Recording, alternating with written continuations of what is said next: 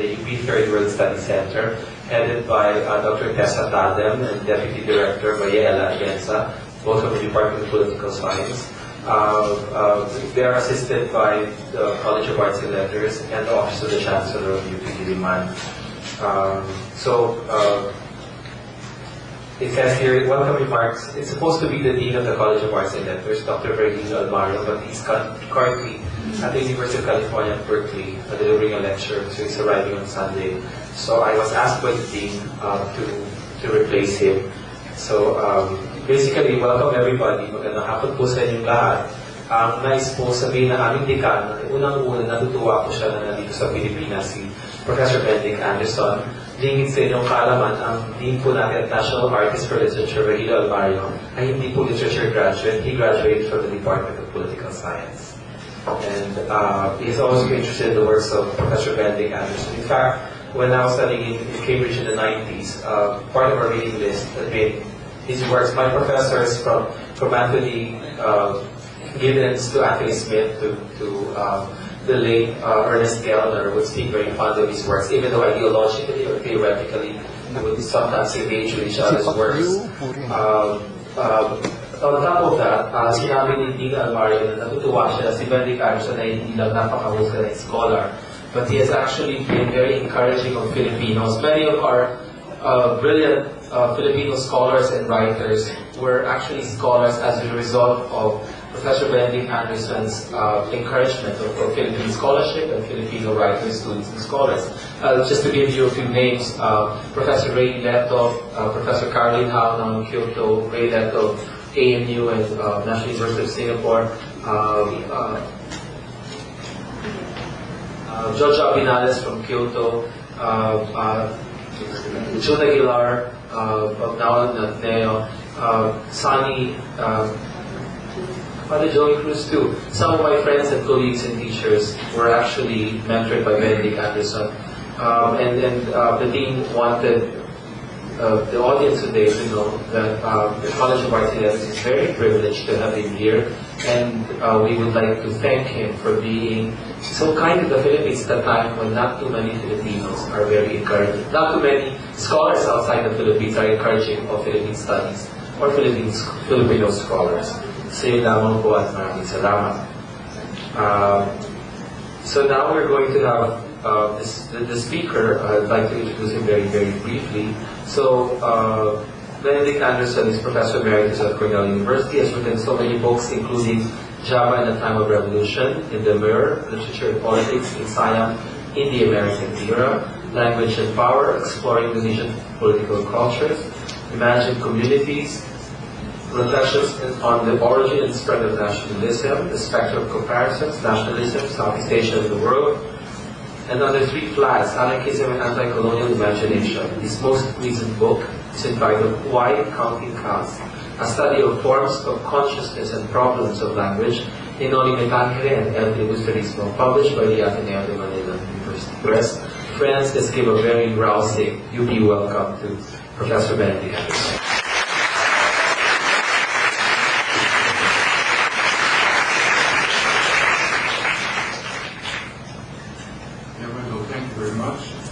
It's wonderful to be back here. I'm going to be mentioning briefly Rizal's famous text, The Philippines in 100 Years, barely realizing that actually we're celebrating today the 100th anniversary of the UP. So naturally I'm very delighted, thrilled to be here at this historic occasion. So let me start by simply saying I just want to be, I'm always a little bit nervous when I started, or that I got off on the wrong foot. So I just want to be sure that cutting history of the past, of the past, is comprehensible. It will be, I think, easily comprehensible to all of you who are ever fans of Hollywood cowboy movies, because the good guys always cut off the villains of the past and mow them down or take them to jail. So here is a sort of pun on this Hollywood cowboy movie cliche. We're not cutting the bad guys off of the past. We're going to be trying to cut history off of the past. Now,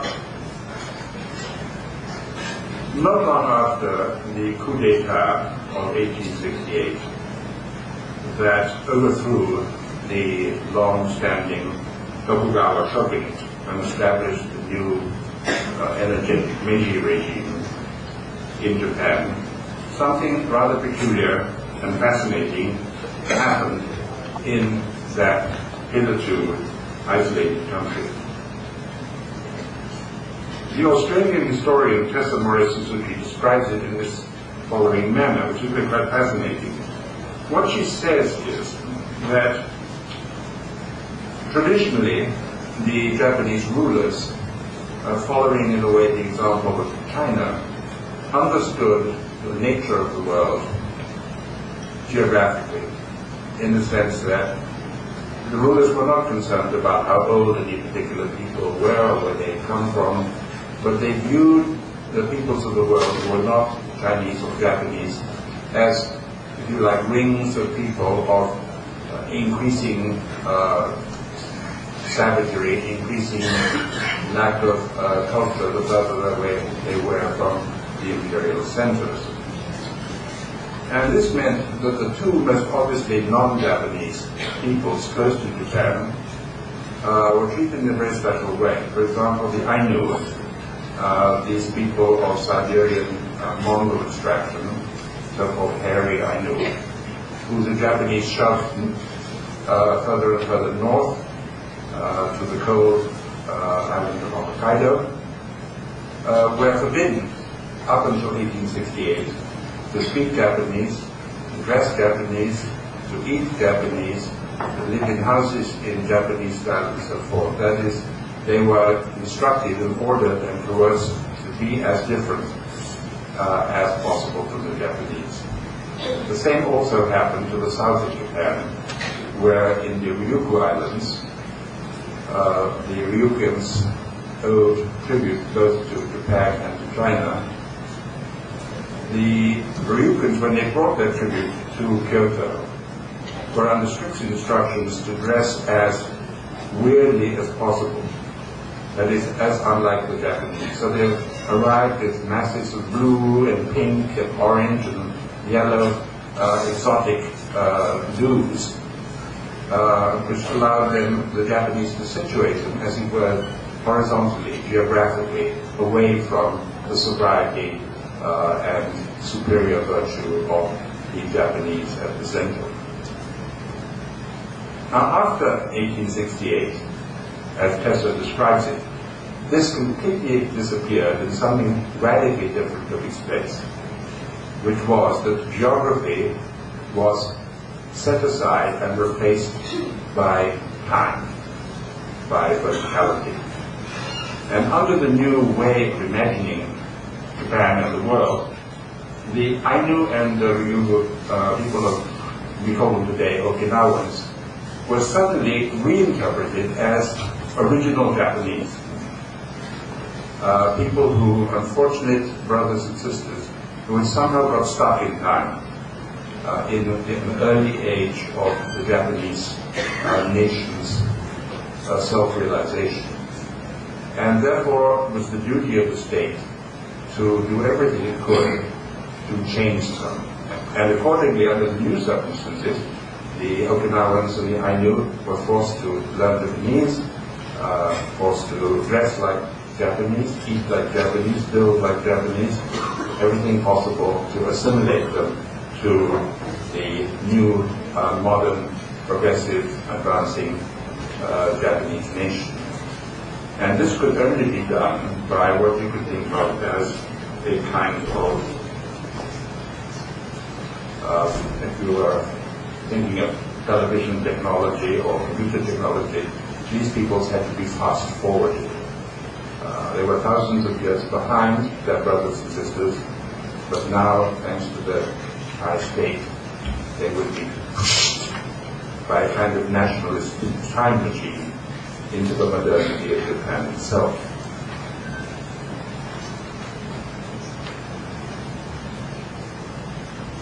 under this system, or under the new form, which was really part of the way in which nationalism was imagined all over the world in the 19th century, was that backwardness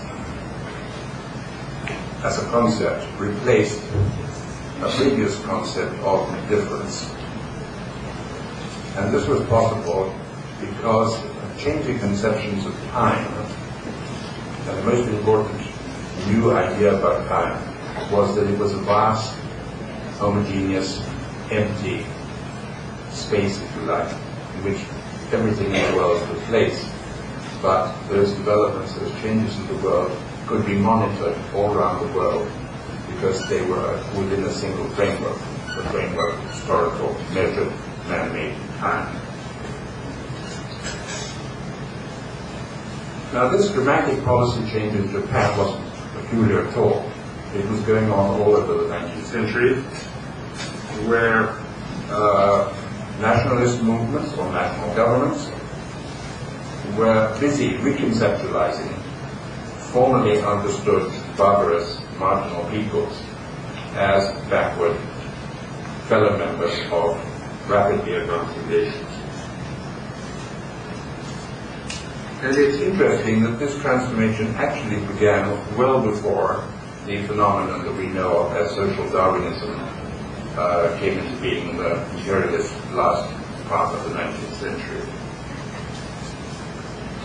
It is wonderfully depicted in the famous decree of the Latin American liberator, San Martin, in 1821 in Peru, when he announced that henceforward the Indios, that is the Incans and everybody else, shall no longer be called Indians, Indios, or natives.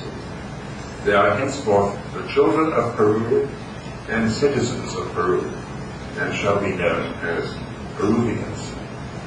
And you can see in this remarkable formulation, 1821, two interesting things that it can be read in quite different directions.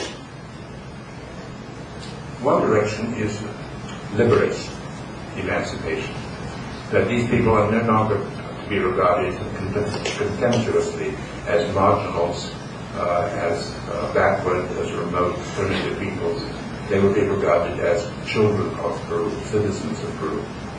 But at the same time, this emancipation also had a genocidal side to it. That is, we will assimilate you, right? We will bring you to being Peruvians. We will call you Peruvians. We will turn you into good Peruvians.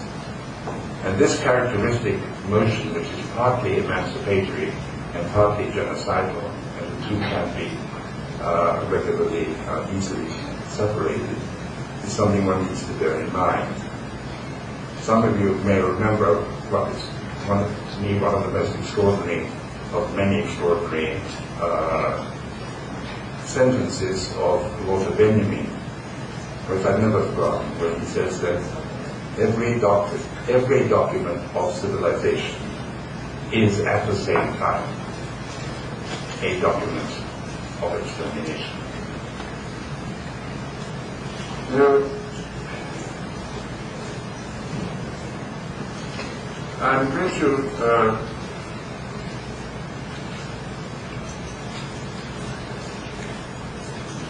mention here that if we look at the Philippines in the late 19th century, we can see some examples of how this transformation is taking place.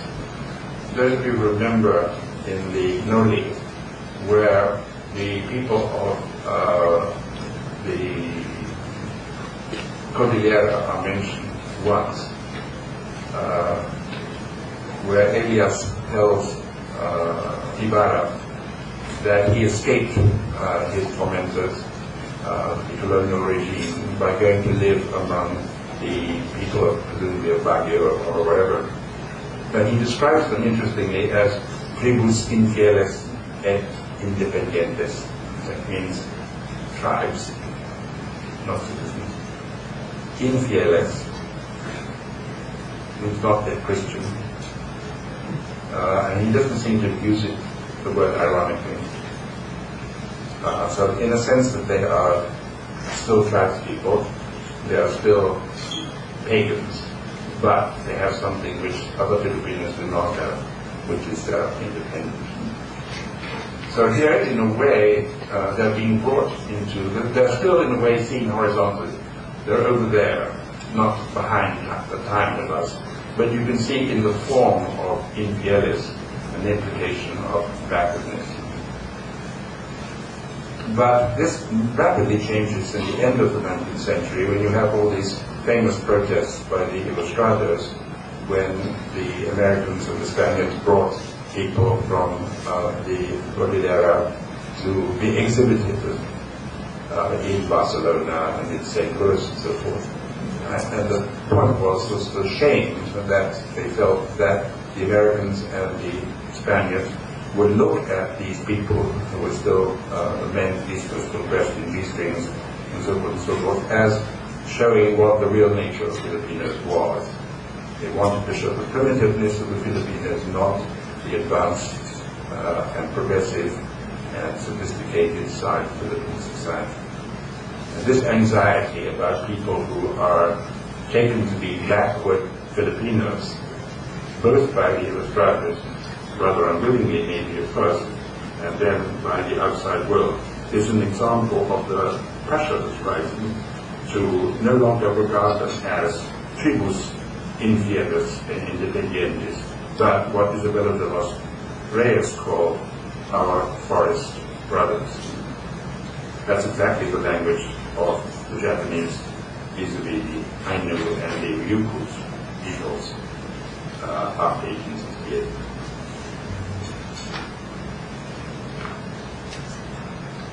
Now, feeding into this acceleration of time was what I think of myself as early globalization. Now, this globalization, you would say, was announced by the steamship, which for more than a century was far the largest, most expensive, and mobile piece of industrial machinery, and whose rise demanded the construction of the Suez Canal, the Panama Canal, and many other fantastic public works. But important as all the exports, industrial exports of the advanced part of the world, the imperial cores, and the imports to the peripheries and the colonies, they are still, in my view, less important than for globalization than the arrival of the telegraph or the telegram and the massive construction of under-ocean cables around the world, which made it possible to send messages in a matter of minutes. It's the first time in human history that messages could be sent thousands of times faster than human beings themselves could move. And there's a wonderful example of this. If you want to have a laugh at the Americans, I'm sure I do sometimes, there's a famous telegram that was sent in 1906 or 1907 from the White House by Theodore Roosevelt. And this telegram was sent, he sent to himself, and he sent it around the world. It was relayed through, as it were, the pre-fiber optic systems, and it arrived back in the White House in 7 minutes. The cable was sent to itself. And 7 minutes, actually, if you go to some places in Manila, the internet cafes, probably you have to wait longer than 7 minutes to get your message around the world.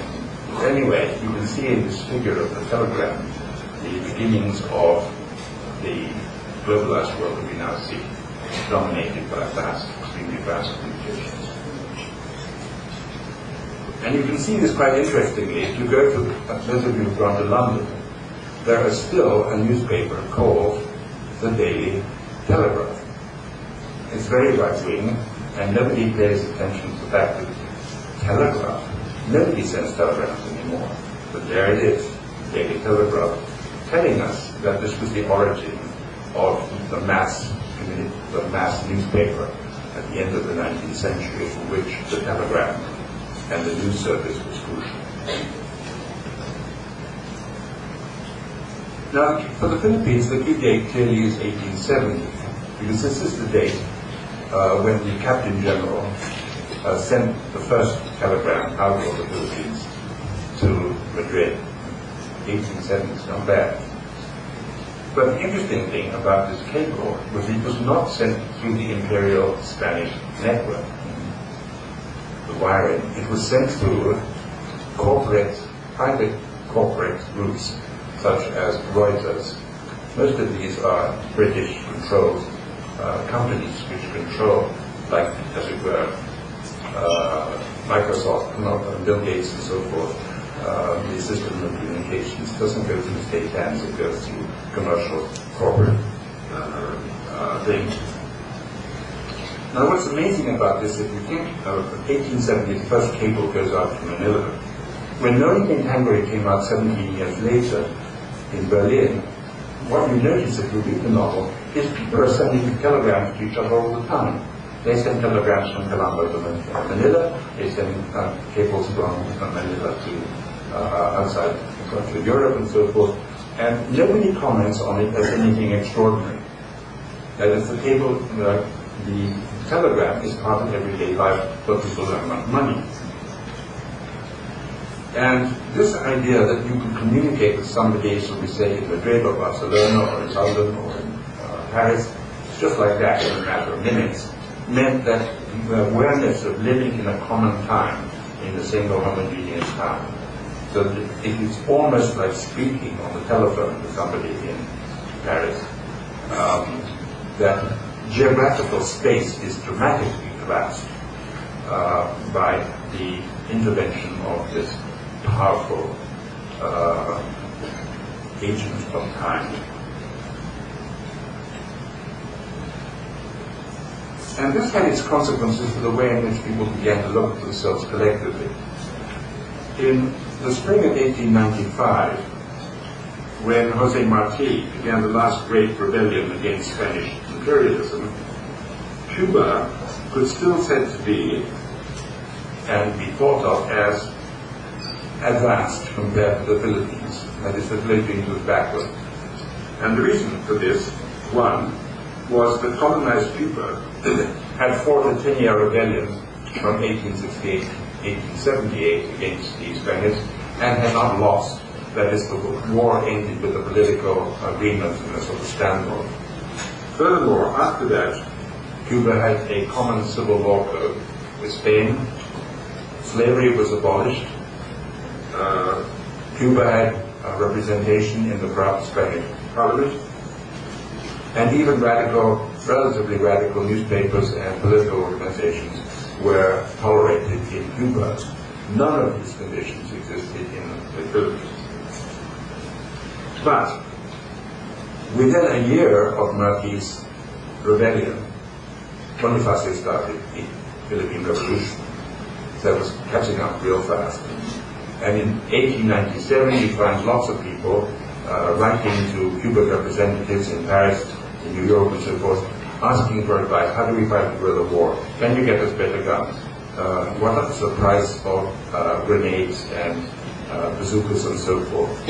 And do you have any foreign friends who might be interested in supporting our cause? At that point, the Philippines is as well caught up with Cuba.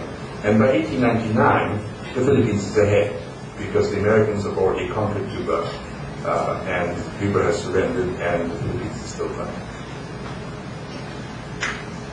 In a recent book, the China scholar, Rebecca Carr, who is studying the young newspaper-reading Chinese intellectuals of the end of the 19th century, the very end, found the same kind of effect in a very interesting, related way. That is, these young Chinese reading every day about the courage and the ingenuity of the Cubans, the Filipinos, and the Boers in South Africa, fighting against Spanish, British, and American imperialism, began to feel ashamed of their own gigantic grand country, which was visibly behind, divided, cowardly, incompetent in the eyes of these youngsters.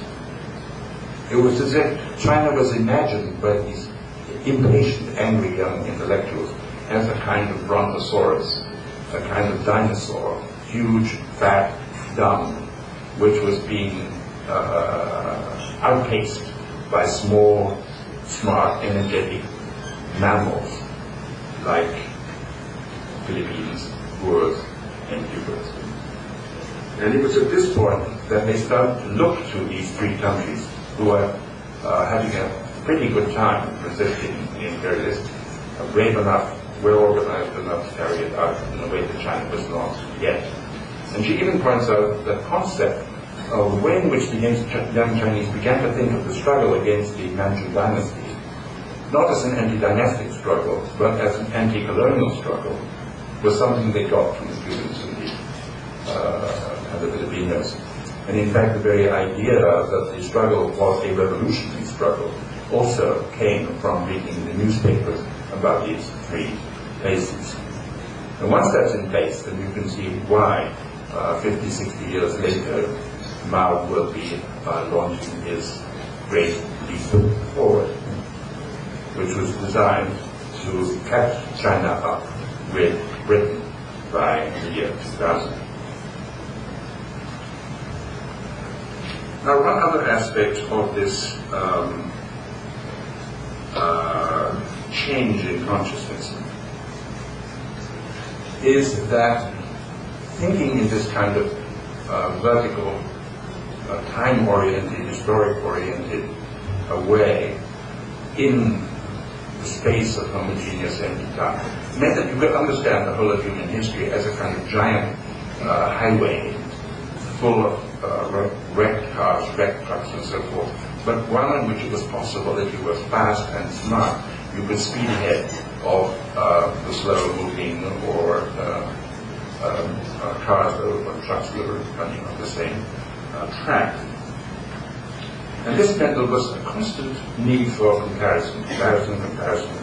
How are we doing compared to these people, those people? Are we being passed? Are we passing? And you can see this immediately and very strikingly in Rizal's account of his going for his first vacation in Paris. Because he writes to his parents and says, well, you know, as soon as I crossed the border, the train crossed the border into France, what a contrast it was. On the Spanish side, nothing but, let's see, what did he say? Clerical obscurantism, feudalism, dirt, filth, poverty, illiteracy, stupidity, and on the other side of the border, literacy, prosperity, booming industrial society, hygiene, democracy, intellectual vigor, blah, blah, blah, and beauty. What he was saying, in effect, which was wonderful from this point of view, was that, by comparison to France, imperial Spain, glorious Spain, long colonizing Spain, was profoundly backward. And you could speed across Spain in the train, and go straight from the Philippines to Paris, and you would go past Spain back.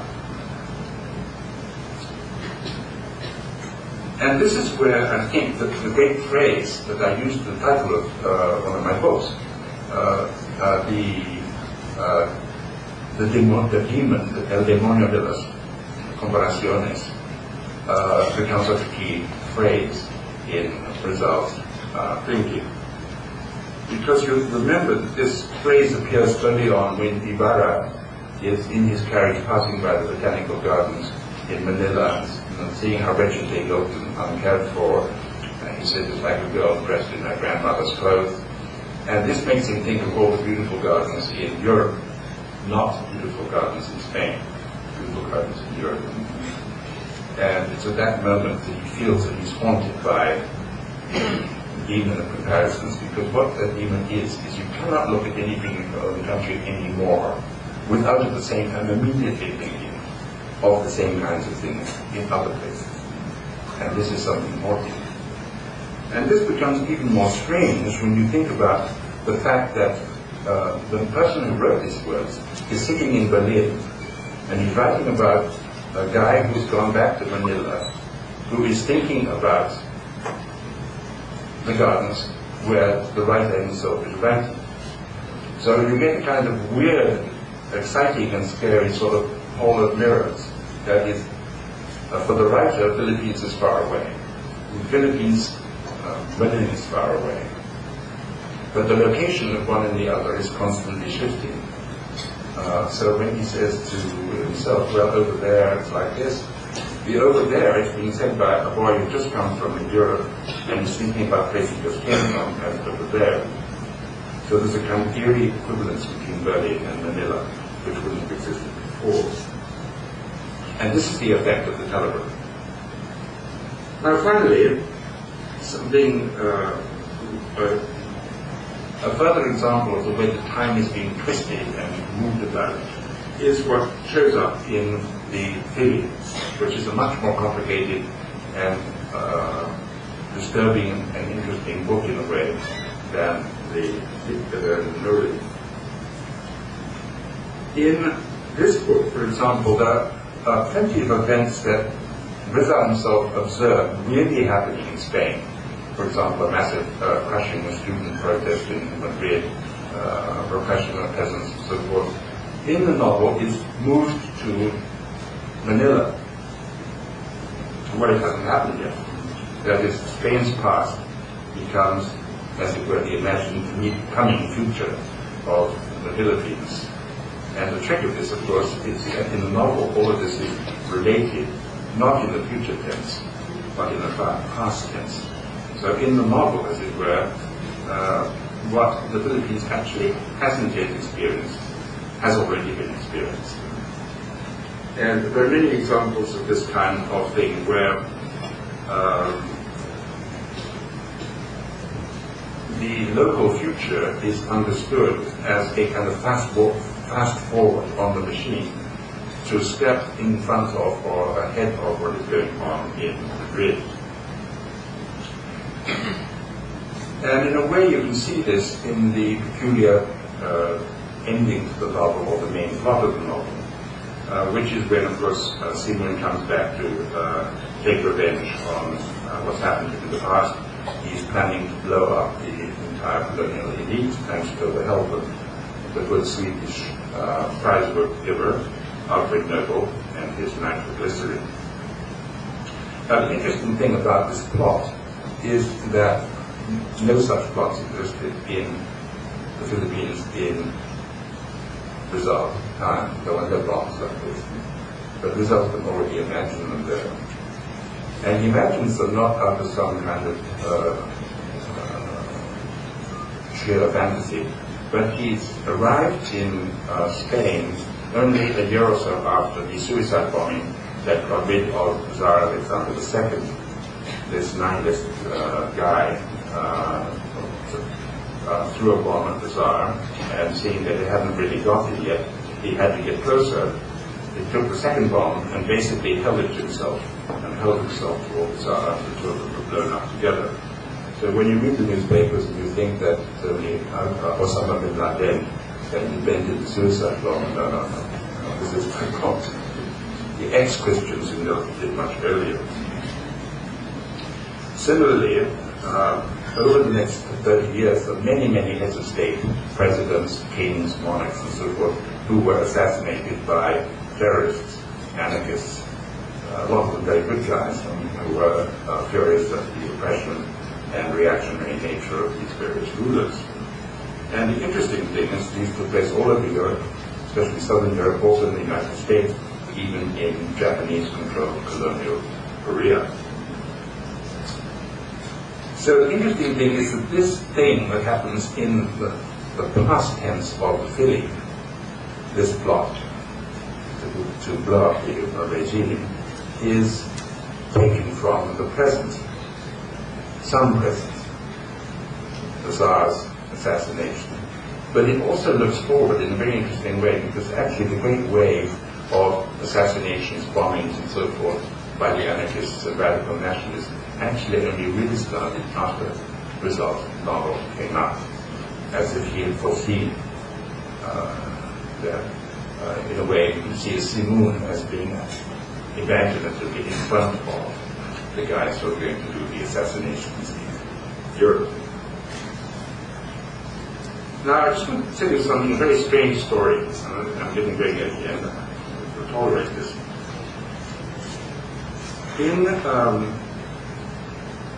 About 18 months ago, I started to read carefully the Spanish novelist Pio Baroja's really amazing novel, which is called Aurora Roja, which means the Red Dawn. And Red Dawn is the name of a sleazy sort of drinking shack in Madrid, where anarchists and radicals of various kinds assemble, hoping to escape the eye of secret police, to plot various things to make trouble and cause revolutions.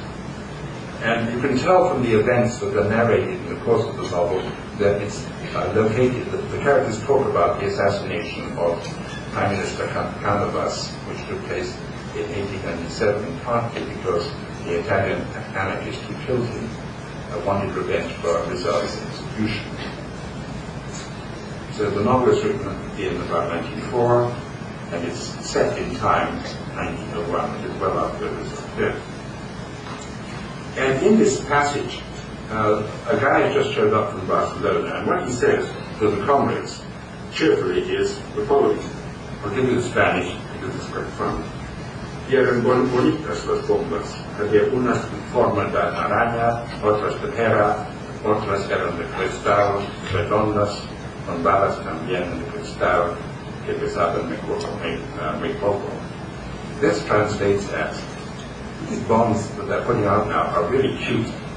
Some are made in the shape of oranges, others of pears, and still others are made of glass, spherical, with glass bullets.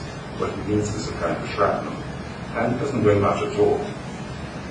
Now it's very unlikely that Pio had ever read Rizal's novel, since we know that virtually the whole edition was sent off to Lhasa to be smuggled into the Philippines. But the business of bombs being, as it were, artistic, you can see these little bombs made in forms of pears and oranges in Barcelona, a kind of weird echo of Simon's much more fantastical bomb in Manila and become after. It's as if Rizal had somehow foreseen a certain future for the imperial center. But there's a further complication, which I'm sure that all of you will have seen, which I didn't see. I was a real dummy when I put in the book about it. All the English translations of the novel correctly translate the word granada, which is the Spanish word for pomegranate in English. But if you translate granada as pomegranate, you miss something absolutely crucial. In the 17th century, the French military had invented a new kind of weapon, which they called grenade, which we in English call hand grenade, or grenade. And the reason they did so was the shape of it. They looked rather like a grenade, which is the French for a pomegranate. Similarly, granada in Spanish both means a hand grenade and pomegranate. And this is why eventually you had a kind of English troops who were called grenadiers, that would go under right. So what is interesting is if the Barcelonian bomb makers were, as it were, playing on the original fruit form of the hand grenade, what is much odder is that Simon's bomb looks like a granada, i.e. pomegranate, to conceal what it actually is, which is a granada, a hand grenade. It's the most brilliant time you could possibly imagine, and it's completely lost if you do it in English. I don't know whether you can do it in Tagalog, but to enjoy this, the wicked humor of this, you have to understand that the play, the same word means, both this kind of fruit and the hand grenade. And then you can understand why the Spanish anarchists making new bombs were punning on the bomb fruit formation that the French had originally invented in the 17th century. Now let me conclude with a speculative question. This really is the end. And here's sort of a theoretical question for you to think about. The normal narrative tense of a novel is the past tense, although of course there are some which experiment by being written entirely in the present tense. And this is true even if the novels are set in the future, such as in science fiction. Those things that are supposed to be taking place 2,000 years from now are still written in the past tense, as if the narrator is somewhere still further along in history ahead of what is described. The question then is this: would it be possible, and what would happen if you tried to write a novel entirely in the present and future tense? When I first asked some of my colleagues in America, could you write a novel in the future?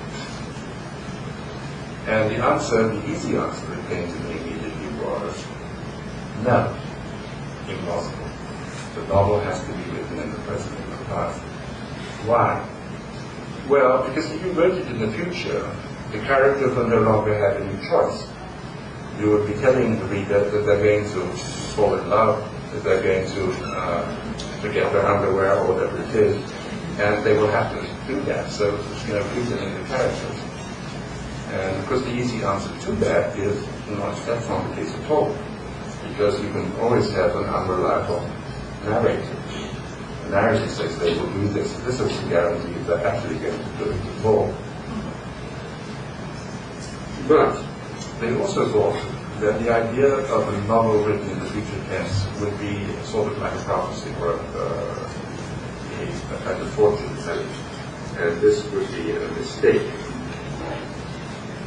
But it occurred to me afterwards, the discussions, that actually in some way you might think about the past tense as the logical tense to be used by people who are at the head of the headlong, dangerous car race on the highway of human progress. If you are at the front end of this thing, you're speeding ahead as fast as possible, then the past tense is for all of those people behind you. That you would expect Flaubert and Conrad and so forth and so forth to write in the past tense, because the natural tense for people who feel themselves to be ahead. And that's why you get some odd things coming from the non-center. The greatest, in my view, the greatest of all American novels, which is Moby Dick, opens with the unforgettable 3 words: call me Ishmael. That is, from now on. The novel hasn't started, so it's already talking about the future. Call me Ishmael. And this is not the way that you can imagine any standard, sophisticated European novel beginning. It's already projected at the future. And it seems to me that it's possible that writers from the periphery, and you could take Rizal as one, who are eager to sort of speed ahead, will write in a different manner. You can think, for example, of the famous Brazilian novelist, Machado de Assis, a bit older than Rizal, who wrote a brilliant, extraordinary novel which translates in English as The Posthumous Recollections of Brás Cubras. That is, a dead man is thinking about his past. This is a wonderful title for something that is very hard to imagine any European doing. It's playing with time. And it would be great to do research on looking at sort of third world, or former third world literary creations, looking for signs of this kind of weird future tense hidden in different directions. In the epilogue to Noli, Rizal does something absolutely astounding when you think about it. He turns to his readers and says, maybe you want to know what the characters in this novel are doing at the moment as you are reading. And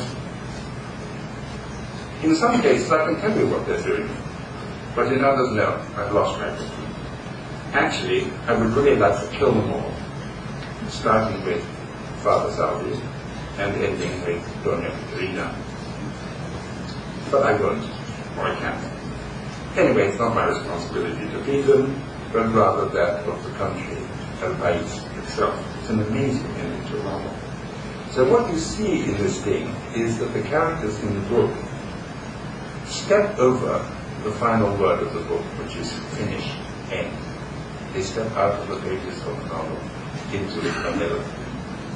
And they are still there when you finish reading the book, and they will be there after you finish reading the book. Because the characters are situated in the future, even though the novel is written in the past.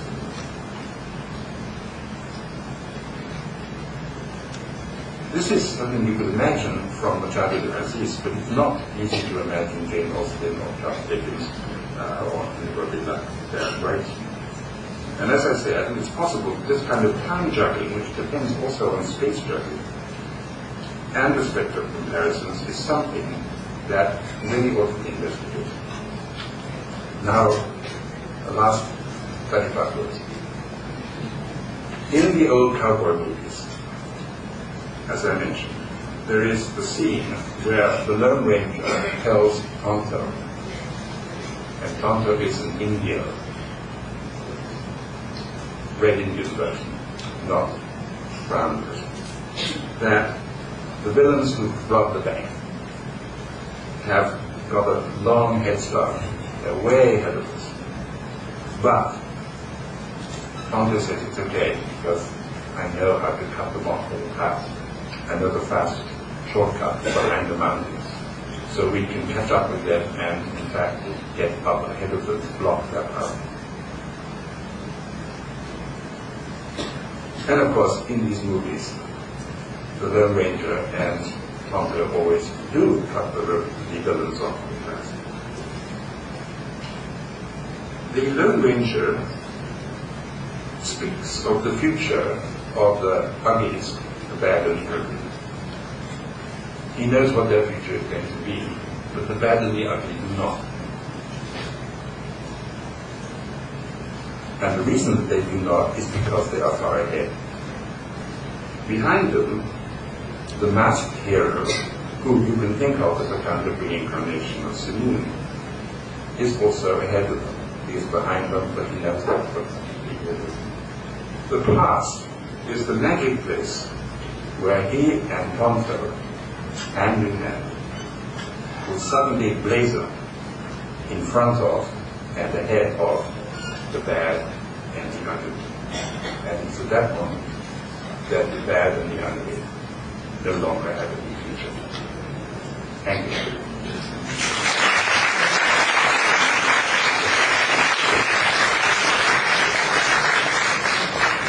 Thanks very much, Professor Ben Anderson. I would like to ask one of my mentors to help me moderate the session. She was a Fulbright visiting professor at Cornell, UC Berkeley, and UCLA, and former AVP of UP Diliman, UP System, and former Dean of the Open University School of Humanities and Social Sciences. Let's give a warm welcome to Dr. Caterina Legaspi. Thanks, it's always nice to have Ben Anderson with us. I used to remember him coming to UP during the martial law period and keeping in touch with the guys from the Third World Studies program, meaning Francisco Nimenso, former president, and Randy DeWitt. And he would be using the Third World Studies program to buy time until he could enter Indonesia, where his main research was being undertaken. But I'm glad he has now turned to Philippine studies, and he has produced quite a number of scholars. When I was there, I think very few. Then came B.N. Apinales, so I'm always happy to see Ben Anderson here. He is now retired, but we make him work every time he's here. The last time he was here, the OP, the Office of the President, sponsored a lecture, also in Rizal. The words Rizal, novels, and decadent literature, anarchism were somewhere in the title or in the blurbs. And that drew so many people thinking that what is Anderson going to attack is sacred or sacral text, both Rizal as well as the novel. So, may I just request you all, those who want to ask questions, to just use any of those mics, identify yourself. No bringing any kind of fruit-looking contraption with you. Okay? And here's Ben. He has said he will answer all questions. And the other request, by the way, Ben, is if you could stay a while later to sign the books that our students and friends have brought. By the way, you have more than one book, ha? I hope you have brought more than one book. Baka na time warping kayo, hanggang ano lang kayo, imagine communities, nakakahiyan. Okay, who will ask the first questions? There are several colleagues from the Department of Filipino. I see these people here. Anyone? Those in front are the natural. You know, you have your mics in front of you. Well, those of you who are up there, you may just jump and get one of these mics over here. Or you can project your voice. Yan.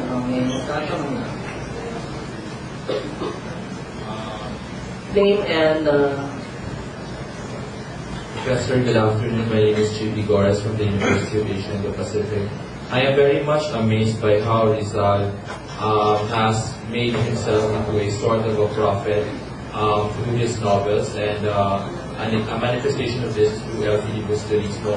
I would like to ask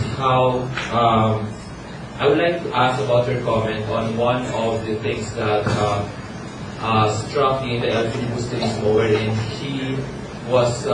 Simon was conversing with Father Florentino, and Father Florentino was sort of like the voice of Rizal, and the conversation sort of went into the idea that with no civic duties, there can be no civil liberties, that we can't hold Spain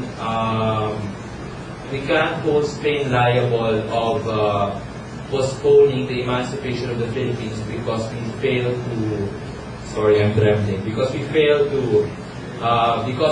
to realize our civic duties. What do you think about that, sir? I just think it's proper to the lecture because of its progressive ideas. It's something very revolutionary and beyond this time. Well, thank you for that very excellent question. I think it's a question of what level you want me to reply. If you're asking whether I think that it is good for people to have a sense of social responsibility, absolutely. Von Spartan's remarks are, if you just take them like that, are perfectly reasonable and appealing. The problem is, what is the status in novel of Father Florentino? He's obviously a good man, but there's some very interesting things that you need to notice when you read the novel. The first is that when he goes rattling on, giving this moral lecture, and doesn't realize that while he's been talking, that Simon has already died. It's only when he's finished that he looks and sees that the man has never answered. Simon never says, yes, you're absolutely right, and I'm really sorry for everything I did. He just dies. And the other thing that is curious is in the previous chapter, or the second previous chapter, there's this amazing meeting at the house of the Orendas, where Cencia and her boyfriend and various other people are there discussing the spectacular events surrounding the bomb plot. And the person who shows up there is Isagami. And everybody's in a panic. They say, oh my God, who threw the bomb? Who planned this whole thing? And was it the Chinese? Was it the provocateurs of the regime itself? Was it Mataglawin? So forth, great panic. And one of the people who is most scared, because he actually went there, is Cynthia's boyfriend. And he says, oh my God, this is too scary for words. And then Cynthia sort of said something which makes him worried about his masculinity. And so he changes tack and says, well, I must say that, if the person who did this hadn't been so incompetent, could have killed a whole mass of people. Why was he not up to the job? Which of course appalls all the women and the elderly people there. And then Isagami said something very strange. He said, it's always a bad idea to take something that belongs to somebody else. I would not like to be in that person's shoes, that is the person who ran off with the bomb. But if I had known, if the bomber had known what was really going on, maybe he would not have done what he did. Of course, it's the guy who takes the bomb. So what the guy sounds like is saying, if I had really realized what all was about, I wouldn't have bothered with trying to run after the bomb. And then he proceeds out of the novel, goes off to visit his uncle Florentino, and we don't hear from him again. But here are two crucial figures in the novel. Is a guy who's the representative of hope for the youngsters, and Timon, who is the representative of the wounded of the past, both of whom do not seem to recognize, do not seem to react to, or learn anything from these sensible civic words of Father Florentino. And I think this is always the brilliance of the novelist, that is, Rizal is preachy quite often, not in this nice preachy sense, but in the other sense. But he's so brilliant in novel that his gift overcomes his need to lecture people. And this completely ambiguous ending where Simon just dies. And Sigurd said, well, if I'd known really what it's all about, probably I wouldn't have tried to smash the bomb. Okay, maybe we'd better the whole thing have blown up. It is really remarkable for you to do that. But here I'm saying there's a level outside the novel. What does one think one should do? How should one act politically? One.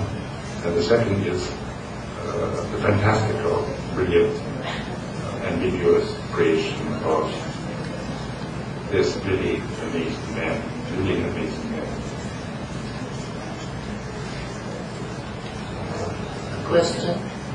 Professor Lilo. Good afternoon, Professor Anderson. Would you enlighten us again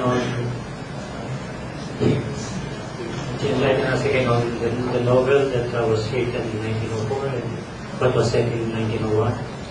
You see, the two novels known in Philly serve, of course, or still serving as models, no, for Filipino writers. Of course, another artist, Rizal said, ito ang bundok Everest ng mga manunulat. This is the Mount Everest of the Filipino writers. They have to scale it, or they have to surpass it in order to live with Joselismo. So I'm just curious about this novel. Is this this is obviously not written by Filipino, and Aurora was Aurora. Aurora Roja means Aurora is dawn, and Roja is red, because red dawn. That's a technique. No, it's the name of this, what should I call it? It would be the Spanish equivalent of a beer house, a sleazy beer house, where the anarchists and the radicals all meet, get drunk, and argue about politics and what should be done. The novelist's name is Pio Baroja, who is highly regarded early 20th century novelist. Yes, I mean, I think the point is, we need to know. I mean, my purpose in speaking this up, I mean, I think we all recognize the amazing qualities of Rizal, but very often these are understood as moral qualities. I'm not saying he didn't have morals, but lots of people have morals, and they're not fantastic novelists. The peculiarity of this guy is he can write like crazy, imagine like crazy. And that's why I think it's important. And we have to understand how he did it. I mean, a study of the novels is not a study of who's a bad guy and who's a good guy and so forth. It's a study of how the imagination works. And there's no reason why any Filipino can't do something competitive. I mean, you can say, well, these things happened once and they never happen again. I mean, it's true that William Shakespeare, already 400 years ago, and nobody's ever going to beat him, sure, in English. But I think that's the case with Rizal in the Philippines. It's up to where it has to go anyway. But you won't be able to do it unless you have a very clear idea of how complex it is. But the other thing I wanted to stress is, and that's why I brought up the comparisons with Moby Dick and with French and British writers, and also with Machado Aziz, is that it's a mistake to think of, I believe, it's a mistake to think about Rizal's so-called prophetic qualities as something, purely Filipino. It isn't. You find it other places as well. It's a product of the structural situation of people, very smart people in peripheral, colonized zones in the 19th century. They do not think the same way novelists who work in the advanced centers do. They are forced by their circumstances to be more innovative, more daring, try things which the center won't yet try, because they want to jump ahead, they want to get leap forward. They want to be with Tonto or with the black, the masked cowboy up ahead.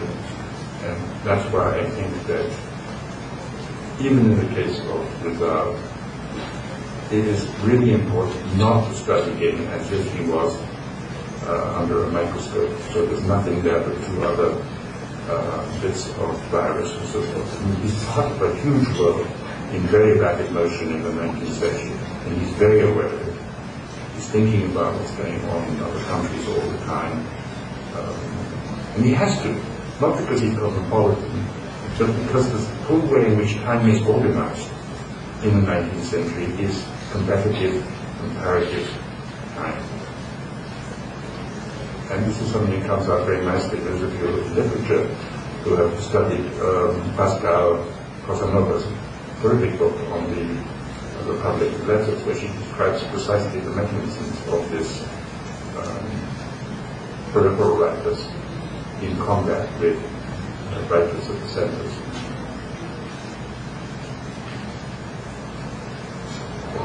Thank you.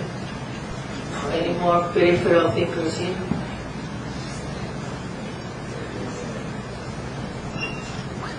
Oh yeah, okay. What is that? Hello, Professor. I'm Rolando Fernando from the Department of Political Science. I've been a fan since the Cornell days.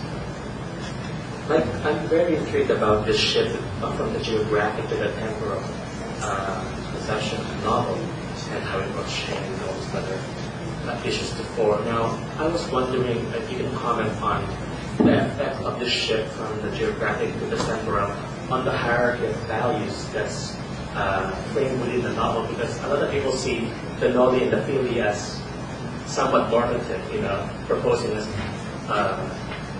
a world as it ought to be. So, does this shift from the geographic to the temporal affect the normative purpose of the novel?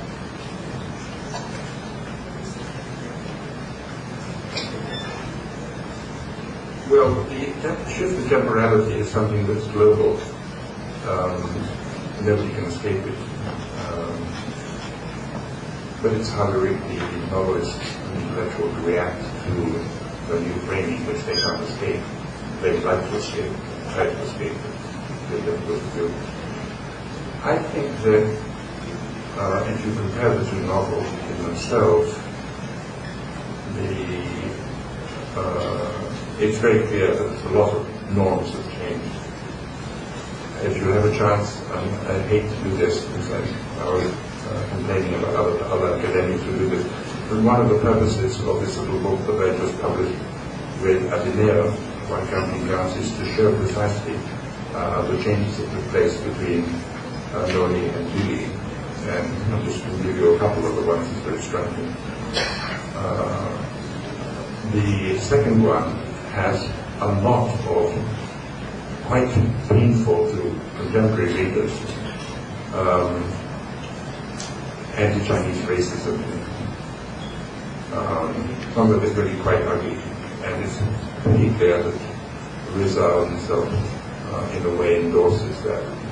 Not all the time, but it's there, and it's not there in the Noli. And I think this is because his way of thinking about the Philippines is changing. It's because the novel is set entirely in Manila, not in Calamba, and so forth. And I think what's happening is that he's beginning to think about, it's very striking in all novels, that only once, on one occasion, is anybody described as a mestizo Chino. Only once. Although we know, in fact, that mestizo Chino are a large social group, maybe 250,000 at the end of the 19th century, and powerful, moving on very fast. And in fact, most of the illustrados were, in fact, mestizo Chino. Why doesn't he mention it? And I think the answer is that what he's doing is preparing these mestizo Chinos to be, in a way, the first modern Filipinos. That's one thing. I think the second thing is that in the first, the church is a major problem. I mean, the bad people, not all bad people, but many of the bad people are friars and so forth. There's a very strong anti-clerical element. But in the Fili, it's almost gone. The quite reasonable Father Florentino, not only him but others, and even Salvi, who is such a sinister figure in the previous novel. I mean, nothing much. I mean, he gets a bad scare when Simon arranges for his leads to do the mummy show, but that's it. He just faints, and he's not punished in any way. And the friars are treated almost comically as sort of ludicrous figures rather than as something scary. So something has changed in his thinking. He has to look, and there are many other ways in which you could look at how he himself was adjusting himself, changing, thinking about the circumstances of the times in which he was writing.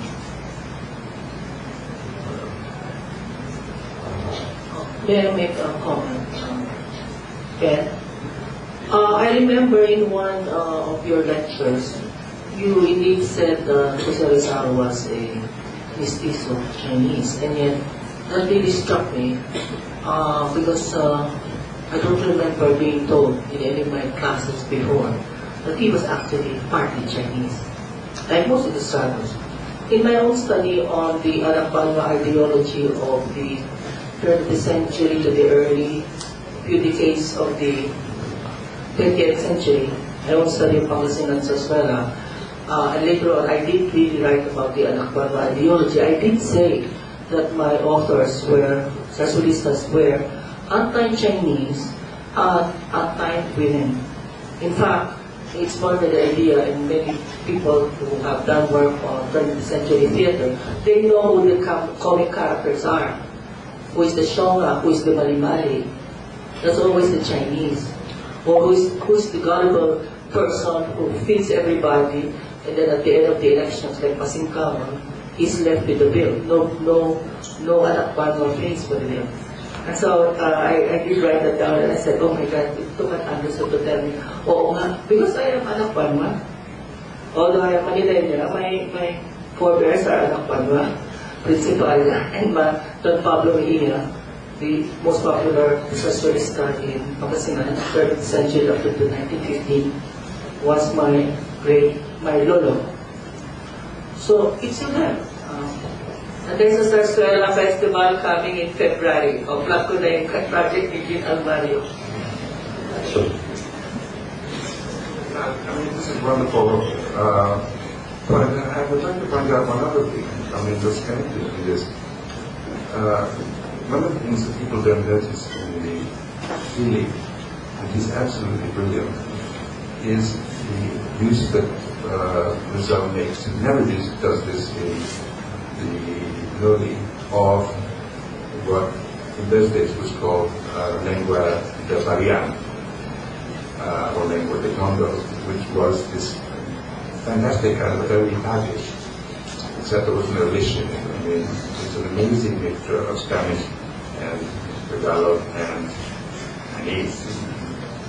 And two conversations in the novel, one of which is just extremely funny, and the other is a bit scary and weird, where everybody's talking in this language, which is not Spanish and it's not Tagalog. It's sort of and it's brilliantly done, and it's absolutely right in the circumstances, and it's not making fun of it. It's as if, I mean, what's fascinating is to read the famous speech of Simon, where he says, you know, we can only have, people can only have one language to express its pensamiento. You know, the language is the soul of the people. We can't feel or speak to other languages, only to your own. Forgetting, of course, that Filipinos has many, many languages. And it'd be hard to think of a language which can express the pensamiento of the people. But the same novelist who allows Simon to say this with great conviction, then turns around, only a few pages later, to show all these people happily talking, as it were, pre-modern Taglish, and without any saying this is terrible, oh my God, how could this be happening? Here again, you have the brilliance of allowing these completely contradictory things into the space of the novel, and basically getting the reader to have the same mind about it. So, and what's interesting is that it actually is described as lengua de Paria being the old Chinese quarter. And if you compare this lengua de Paria with Chabacano, you then find there the Chinese elements that you do in the Manila version of this. Questions up there? Come up there. Mga pagkakapilipin dyan. Magtanong iba, nagtuturo dyan ng PI 100 years Joe. Oh, Joe. Oh, there. Joe's River from English.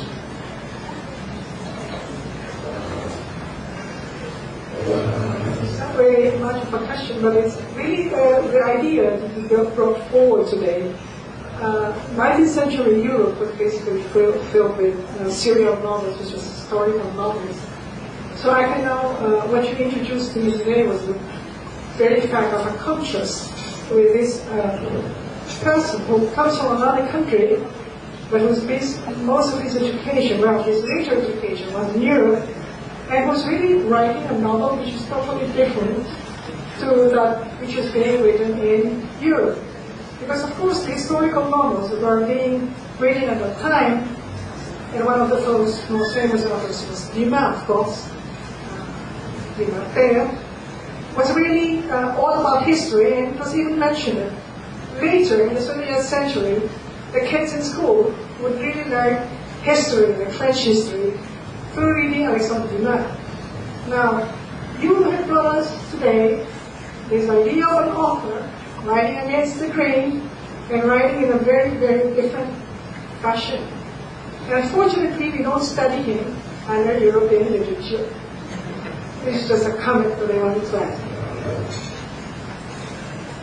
So it's a lovely comment, and thank you. I mean, I think this is the right thing.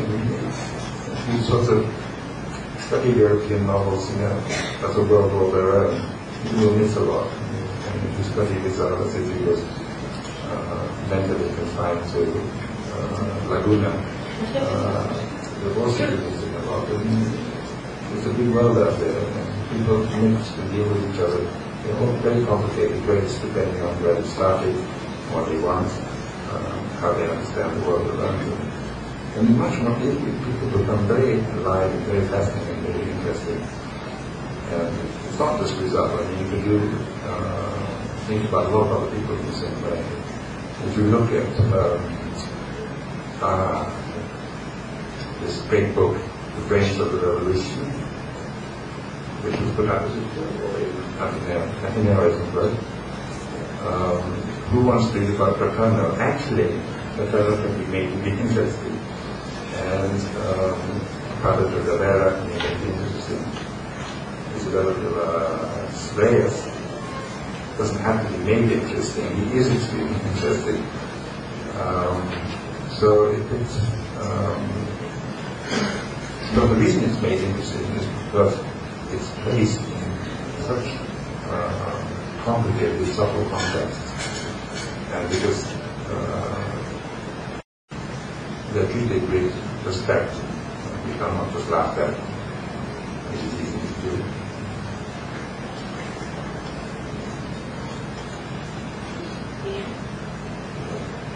Do you have a question here?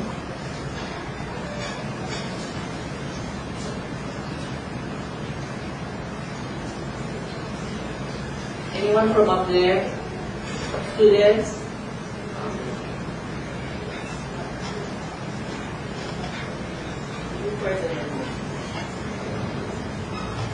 Congratulations, Dr. Anderson, for the lecture. Just a brief question about methodology. I just browsed your book. I actually bought your book, Why Counting Counts. And I would just like to know what is the methodology that you employed in this book? Did you count do you have an electronic version of the novel in which you counted the words, or you what do you call this? You counted it manually in one edition or in the actual manuscript of Dr. Rizal? It would be interesting. No, I'm a relic of a pre-high-tech past. So I went through the early Spanish version of the novel and painfully underlined all the words that I wanted to watch. And then counted them and found that every time I counted them, they came out slightly different. And my great friend Roman Guillermo is based and rejected, "You're crazy.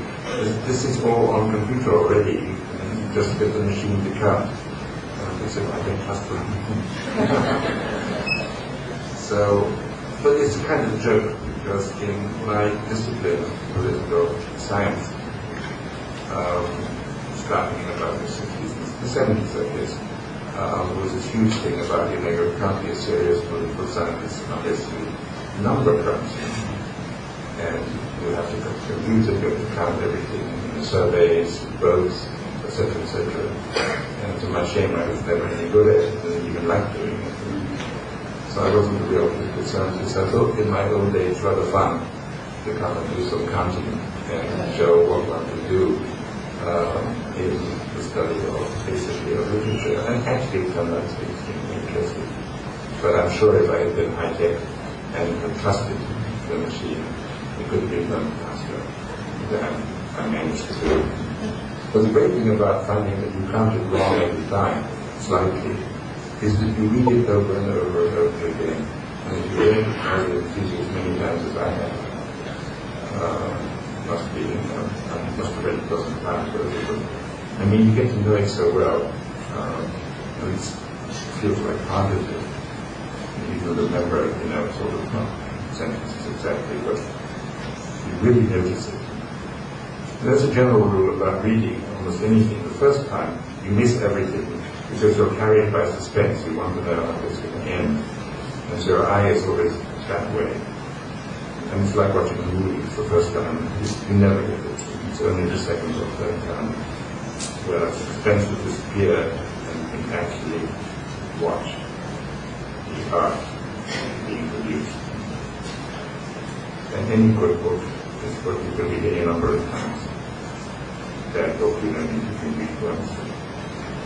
Thank you very much, Dr. Anderson.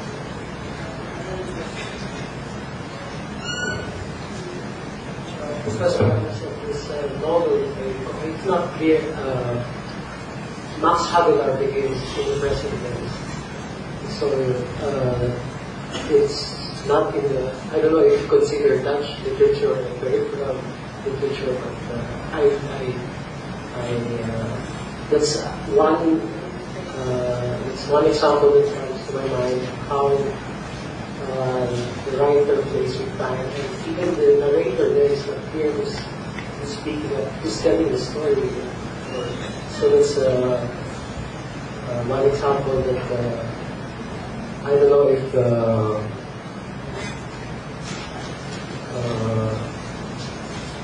is it only peripheral literature that can produce something like that. This is actually a lovely question, and I think you're absolutely right. I mean, if somebody had asked anybody in London or in Paris what is the great Dutch literature, they would have said, wow. I mean, Dutch was simply a barbarous sub-dialect of German, and it simply didn't count at all in the 19th century. So, and Doris Dekker, who wrote Max Havelaar, is a fabulous book, had enormous contempt for his contemporaries, and devoured what he could of English and French novels to learn by. So in that sense, in the European context, it's definitely, it's like coming from Finland today, or should we say, Romania. The periphery isn't just in Asia or Africa. But the second thing is that the crucial experiences of his life, where he went out as a colonial civil servant to Java and protested against the abuses and the exploitation that were going on there, which was very traumatic for him. And he was kicked out and came back to Holland, virtually penniless. So in a way, the novel is set partly in Holland, partly in Java. And it was probably the first, as it were, maybe the first colonial novel written by colonialism is still on. It comes before Rizal. It does play with time. In fact, at the end, he does something rather like Rizal. He says, "The hell with all my characters, I'm going to tell you to read my book," something like that. But the interesting thing is that Max Havelaar is one of the very few novelists who Rizal ever wrote about. He wrote to Benedict and said, "I just finished reading this novel and it's pretty fine." Even though the guy just died. And he said, "Well, it's actually more artistic than mine, and I need to shape up in terms of the artistic side." But, after all, he was a European, and so he could never get the whole nuances of the colonial situation. In that sense, mine was better than his. Perfect example of competition between novelists. So, I would include him as very much as a person who is a different periphery. But he certainly was a periphery in the same way that people like Kafka were peripheral. And in a certain sense, you could say, even at a certain time, the Russians were also peripheral to Europe and felt it and responded in that way. And that's actually the argument of Casanova.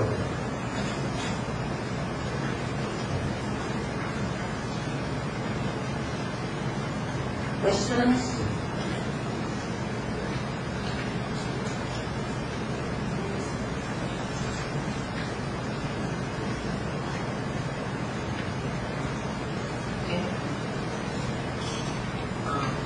Okay.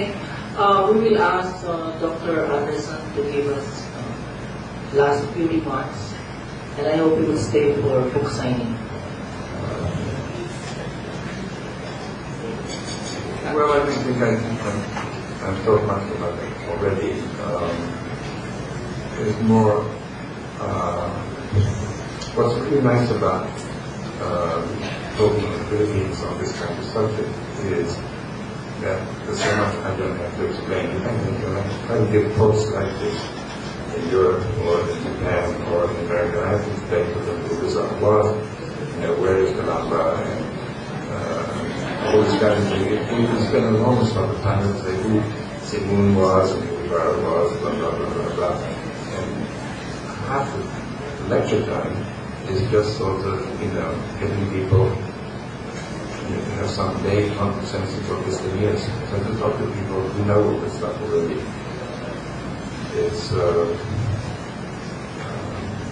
It's like playing tennis with somebody who's better than you. It encourages you to get better yourself.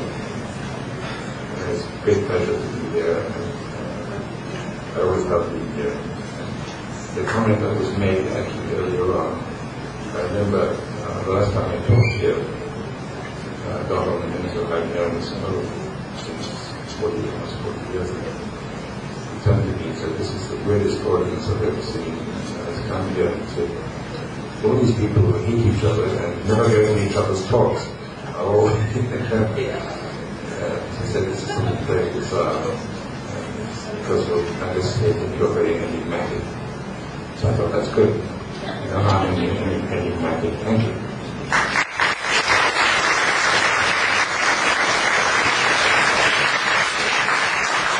So in behalf of the Office of the Chancellor, the College of Arts and Letters Dean, the College of Social Sciences and Philosophy Dean, the Third World Studies Program, thank you, Professor Dr. Ben Anderson. It's always a pleasure to have you with us. And what he said is true. The last time he was here, everybody was here from different sides of the political spectrum, all wanting to find out what this foreigner had to say about a sacred cow like Jose Rizal. So Ben, don't make it 4 years before you come back to us. Thank you.